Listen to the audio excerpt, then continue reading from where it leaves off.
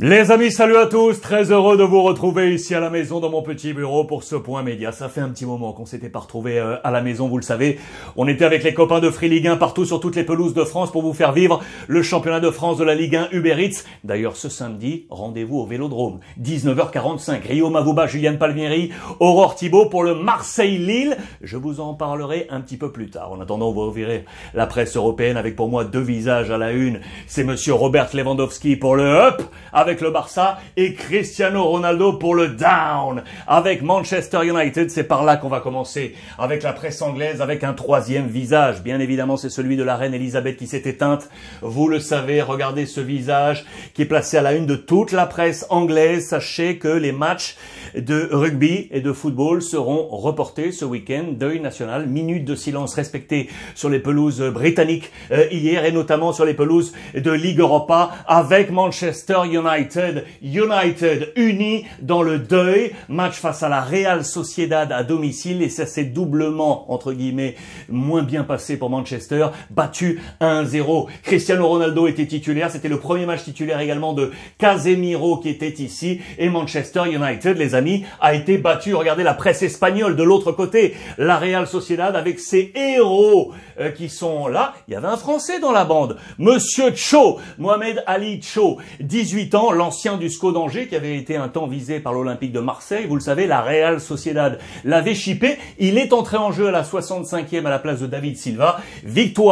Victoria para soñar, la victoire pour rêver, le théâtre des rêves, bien évidemment, allusion à l'antre de Manchester United. Voilà pour le premier éclairage de cette presse anglaise. Bien évidemment que pour moi, le deuxième visage, c'est Robert Lewandowski. Il est en train de cartonner avec le FC Barcelone. C'est un impact littéral. Juste avant de revenir là-dessus, je vous montre ça également à la une de la presse catalane, Mundo Deportivo. Ce petit bout de papier, c'est le vrai, c'est le réel, retrouvé par l'ensemble de la presse catalane au sortir du match face au Victoria Pilsen. On est à l'heure de la haute technologie. Un petit bout de papier à l'ancienne, ça sert toujours. C'est monsieur Xavi, le coach, qui à l'entrée du jeune Paulo Torre lui a glissé ce petit papier pour que ce dernier le passe à Ferran Torres pour donner toutes les consignes offensives, défensives face au Victoria Pilsen. Une large victoire, vous le savez, et donc avec un superbe Robert Lewandowski. C'est vraiment l'homme des records en ce moment. Vous le voyez à la une, page intérieure du quotidien catalan Sport. Regardez ces petits numéros là. On va les détailler ensemble. C'est absolument prodigieux. 20 frappes au but. 2 seulement hors cadre. 17 cadrés. 1 sur le poteau. Et sur ces 17 cadrés et ce poteau, il y a 8 buts. 5 matchs, 8 buts. 5 matchs, 8 buts pour Robert Lewandowski, auteur d'un triplé. Dans ce match face au Victoria Pilsen, il est en train de tout catapulter. Vous pouvez facilement imaginer que du coup, il y a déjà un triptyque qui se dessine sur la scène européenne, un podium avec Erling Haaland de Manchester City, avec 8 matchs et 12 buts. Il est en tête de gondole sur la première marche du podium. La deuxième, c'est monsieur Kylian Mbappé du Paris Saint-Germain. 6 matchs, 9 buts inscrits ici à la deuxième place. Et à la troisième au nombre de buts marqués, c'est donc Lewandowski avec 8 buts en 5 matchs. C'est un affrontement mondial pour le but qui s'annonce sur cette scène continentale. Robert Lewandowski qui est en train également de tout fracasser dans la boutique du Barça. Avec son numéro 9, on est déjà en mode sold out. Il n'y a plus de maillot. On est obligé de rapprovisionner. Ça fait penser à l'époque 2003 de Ronaldinho. C'est ce qu'on nous dit ici en page intérieure ou aux grandes heures, bien évidemment, de Lionel Messi. Voilà qui fait du bien également sur le plan marketing dans le stade. L'audience est en hausse. Les spectateurs reviennent au Camp Nou. La saison passée, à cette hauteur du championnat à l'entame, on était à 40-50 000. Là, on atteint les 80 000 personnes. 77 000 face au Victoria Pilsen en Ligue des Champions. Le Barça va mieux économiquement. Vous l'aurez compris. Mais attention, Lewandowski ne peut pas tout marquer. On attend bien évidemment que les autres marquent aussi. Je pense notamment à Ousmane Dembélé. Je vais y revenir sur Ousmane parce que s'il ne marque pas, les passes D, il les donne. Mais c'est un autre sujet par lequel je veux passer également. Ici, le sujet Griezmann. C'est un casse-tête. Vous le savez, il est prêté du côté de l'Atlético Madrid, mais il appartient toujours au Barça. Et il y a un gros litige entre les deux clubs. Pourquoi? Parce qu'il se dit que dans le contrat d'Antoine Griezmann, eh bien, le Barça devait récupérer une certaine somme si le joueur français dépassait les 50% de minutes jouées lors de la première année de cession.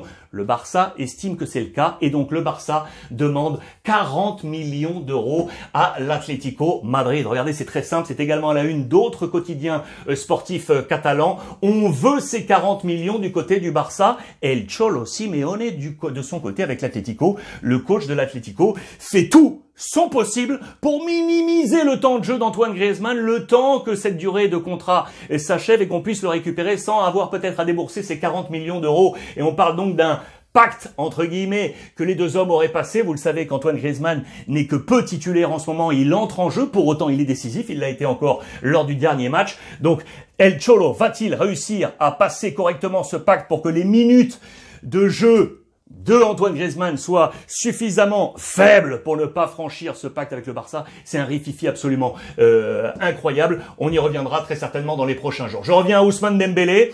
Forcément, pas assez buteur peut-être. Peut-être pas assez buteur pour Xavi, mais c'est un passeur en ce moment. Il est en train de réussir ce début de saison. Regardez, on revient sur ses chiffres clés, sur sa carrière professionnelle. Depuis Rennes, le Borussia Dortmund et puis son arrivée au Barça en 2017-2018. L'évolution de ses buts également, c'est le petit trait rouge qui est ici. Rennes 12, Borussia Dortmund 10. La première année au Barça, on était à 4 buts, 14 buts la deuxième année, 1 but seulement ici, il y a des blessures bien évidemment, 11 buts, 2 buts la saison passée, et on est ici 22-23 avec 1 but marqué, mais déjà 4 passes décisives. Voilà qui fait qu'aujourd'hui on estime que ce début de saison est réussi de la part d'Ousmane Dembélé. Un début de saison qui est un poil encore en attente pour Kessié, le nouveau, vous le savez, du côté du Barça au milieu de terrain. C'est intéressant de voir comment il va s'adapter parce que c'était un véritable classique du côté de l'AC Milan, c'était un titulaire indiscutable. Il ne l'est pas encore du côté du Barça, mais il fait le maximum pour s'intégrer. Il a commencé bien évidemment les cours d'espagnol pour être au plus près de Xavi. C'est un début prometteur, mais c'est encore dans l'attente. Lui est en complication, vous le savez, c'est Jordi Alba. On a parlé il y a quelques jours d'un prêt éventuel du côté de l'Inter Milan. Finalement, il a décidé de rester. Le Barça également. Il fait partie des 4 capitaines qui sont en ce moment en situation de ballottage avec des réductions de contrats. On pense à Piqué, on pense à Sergi Roberto et on pense à Busquets, ce dernier ayant la meilleure position aujourd'hui parmi ces 4 capitaines. On s'interroge autour de l'avenir de Jordi Alba. Vous le voyez, molesto con su situación. Il n'est pas à l'aise avec la situation actuelle du côté du FC Barcelone. Celui qui est en pleine bourre, dont l'âge n'a pas d'empreinte, c'est Ter Stegen, les amis. L'ancien gardien du Borussia Mönchengladbach qui est en train de devenir un historique. Il est en train de devenir peu à peu un historique, les amis. Celui qui a le plus de matchs sous le maillot du Barça, c'est Victor Valdés. Il était arrivé lorsque Valdés était encore là, d'ailleurs. Victor Valdés, numéro 1, 535 matchs joués. Zubizarreta, ancien notamment directeur sportif de l'Olympique de Marseille, qui était passage. 410 matchs joués sous le maillot du Barça. Un plus vieux, un ancien Ramallets. Pour les connaisseurs du Barça, 387 matchs joués. Et il est là, à la 4e place, 332 matchs joués pour Ter Stegen. Peut-être bientôt le podium pour lui. En attendant, c'est vraiment un classique. Il était à la bataille de l'époque où Claudio Bravo était également gardien du Barça. Depuis que ce dernier est parti, il est devenu l'indiscutable du poste de numéro 1 du côté du FC Barcelone. Celui sur lequel l'âge non plus n'a pas d'empreinte, c'est Luka Modric. Aujourd'hui, 37 ans, feliz cumpleaños, Luka Modric, le numéro 10 du Real Madrid, il est ici, 37 ans les amis, 37 ans, Luka Modric, pierre toujours angulaire de ce fameux triangle des Bermudes de Carlo Ancelotti, qui a changé un homme, Casemiro, titulaire hier avec Manchester United dans cette défaite, et c'est le Français, vous le savez, Tchouaméni qui a pris cette place de la CMK, Casemiro, à la TMK, Tchouaméni, Modric et Toni Kroos, ils sont là. Et puis il y a le 4e pouvoir, l'autre Français, Camavinga, 19 ans, qui va peu à peu s'intégrer dans ses plans de Carlo Ancelotti. La réussite de Tchouaméni, arrivé fraîchement, vous le savez, de notre championnat. Au niveau des blessés, on s'interroge sur l'avenir là de Militao. Ça devrait bien se passer. Il devrait être présent pour le grand derby face à l'Atlético Madrid. Je vous donne également des nouvelles de Karim Benzema. On est en phase de récupération, mais il y a quand même 3 semaines et demie d'attente, savoir vivre sans Karim Benzema, et c'est notamment la pression qui va reposer sur les épaules de Vinicius. Où sont les limites de Vinicius? C'est le titre, regardez dans les colonnes de Marca. On l'attend comme un homme fort. On a vu qu'Eden Hazard était capable également, ça y est, de prendre le relais. Mais c'est sur lui que la pression va s'abattre dans les prochains jours. Le Real qui pourra bien évidemment commencer à travailler sur sa jeunesse avec l'équipe B, vous le savez, de Raúl. Le Castilla qui a enrôlé un jeune Espagnol dont on va parler, je peux vous le dire, dans les prochains temps. C'est Iker Bravo, ça a été un gros sujet de l'été dernier, bon nombre de clubs le voulaient également. Grosse discussion avec le Bayer Leverkusen, voici le maillot de son ancien club, il est arrivé à Madrid, il va travailler avec Raúl pour être peut-être à terme une solution pour Carlo Ancelotti. En parlant de jeunesse, je vous montre ça pour vous montrer que la jeunesse, c'est l'ADN également de la Juve en ce moment. Les U23 de la Juve qui monte, ça y est, dans la formation d'Allegri. Regardez ces trois visages. Je vous les ai détaillés pour vous je vous ai proposé un zoom sur ces visages parce que c'est très intéressant de voir cet ADN. Regardez.